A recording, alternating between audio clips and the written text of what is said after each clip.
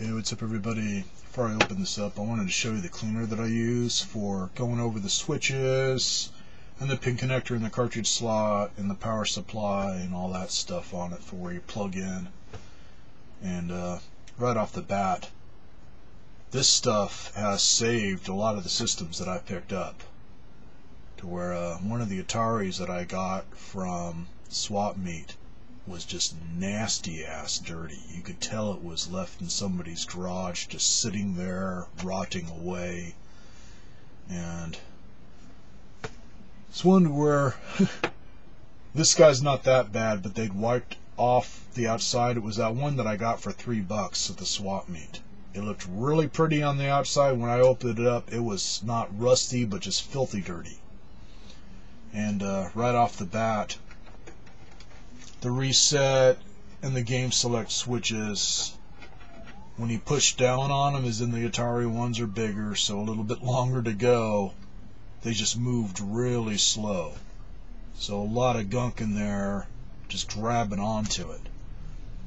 So anyways, what it was doing was I cleaned the cartridge slot first, popped in the game, and it was still staticky as all hell. But when I wiggled the electrical switch or turned it on and off a few times, it seemed to start getting better. So I opened it up, sprayed the shit out of the switches with this stuff. That thing works like it's brand new now. This works like it's brand new now, and I'm gonna get one of my, at least a fore switcher or whatever, 2600, and plug it in and pop in a game, and then take that same game and put it in this and see if it's not just me or if this thing really does have a sharper picture. As in one of the games that I tried on it, I can't remember which one, I just grabbed a handful to try on it. Picture was so sharp, man, that it was damn near like composite video. There was no static, no nothing, all the color was really vivid. So maybe they made it just a little bit better, not much, but just a little bit on that, just to add to grabbing Atari's balls, throwing them on the ground, and stomping the living shit out of them. Isn't they definitely stomped the ass of Atari making this thing after they already made an attachment for the Coleco Vision. As in, I am really happy with this. So, I'll show this to you close up here. Just make sure it says that on it, and shows the electrical cord there for the male and female ends, and then below that it says quick drying formula, leaves no residue, plastic safe. This is an 11-ounce can. Make sure it is this exact can. There is different types that CRC makes for different things. This is the only one I found that's plastic safe that is for cleaning this kind of stuff. I got another type, bigger can, costs less money, that's why I got it, and didn't realize that it said on it, it will eat away at plastic, so I'm saving it for my pinball machine. As in, I got an old electromagnetic pinball machine from the 60s. That stuff, I started working on it in there with just a window open, and damn, man. Might as well have doused myself with paint thinner and just inhaled deeply. I pretty much had an instantaneous headache. This dries fast enough to where you won't get that. So, already 4 minutes in here, so move this out of the way. Oh, also take out the front screws, then the back screws. They're different sizes, so you don't get them all mixed up and forget that they're somewhat in order. Otherwise, just lift straight off.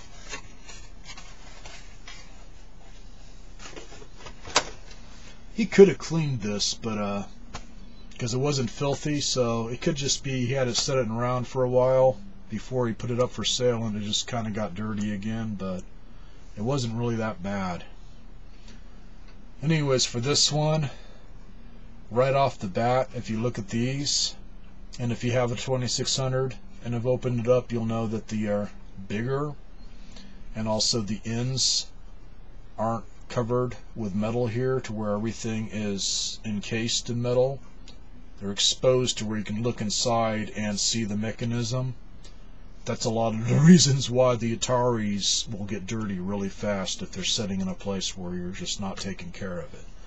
Anyways, I just lifted up these discs here and sprayed towards that post so it could soak down inside, and then just worked the switches, like just move them back and forth a little bit until they felt good. As in, these were pretty clean. I was mainly concerned about the on-off switch to make sure it was nice and clean.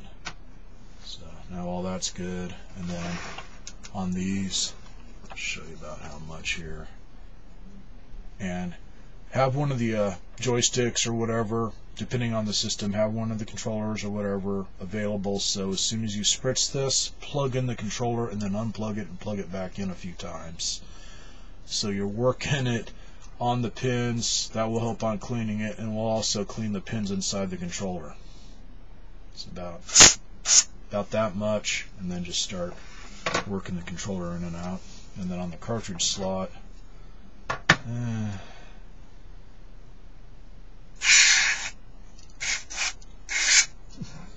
last time I stuck it in there, but then the straw got stuck and didn't work too good. It's just big enough, but really don't need to do it that much, but just enough to where you're hitting the pins in there.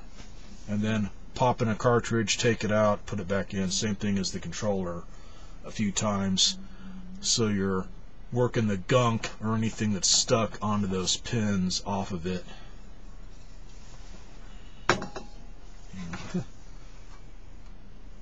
Damn, you're already dry.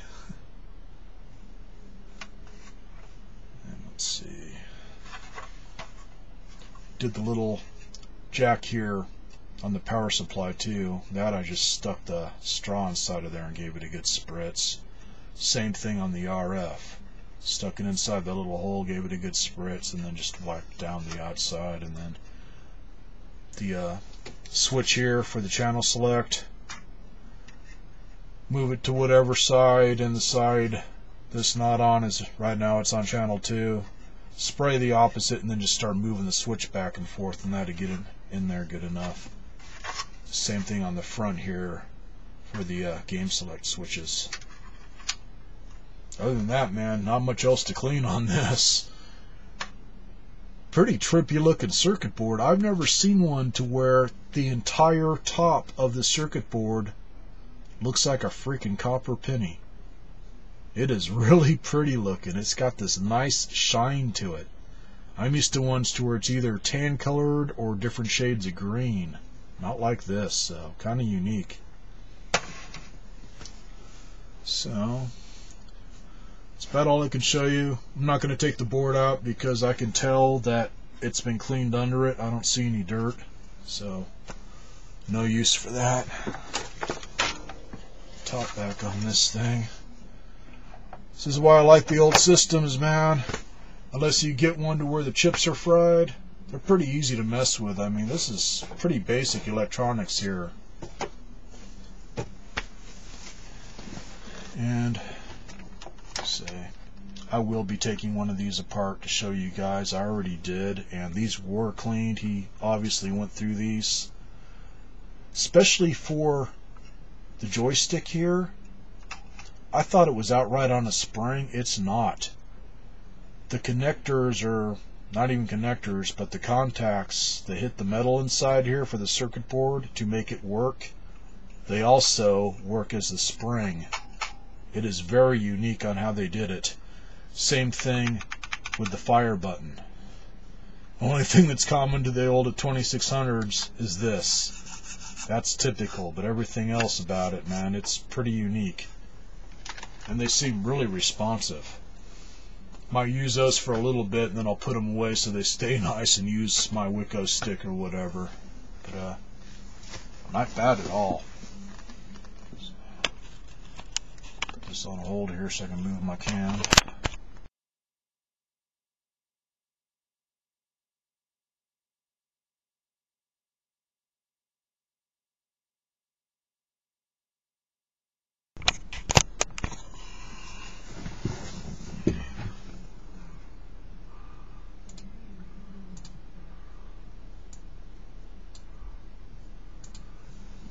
Okay, now that you guys are laughing your fucking asses off, or you better be, because I fucking worked hard on that pick. I was using my full-blown insanity and hatred for Cabbage Patch Kids, so you better be laughing and have spit your freaking Red Bull and Hot Pockets all over your computer screen.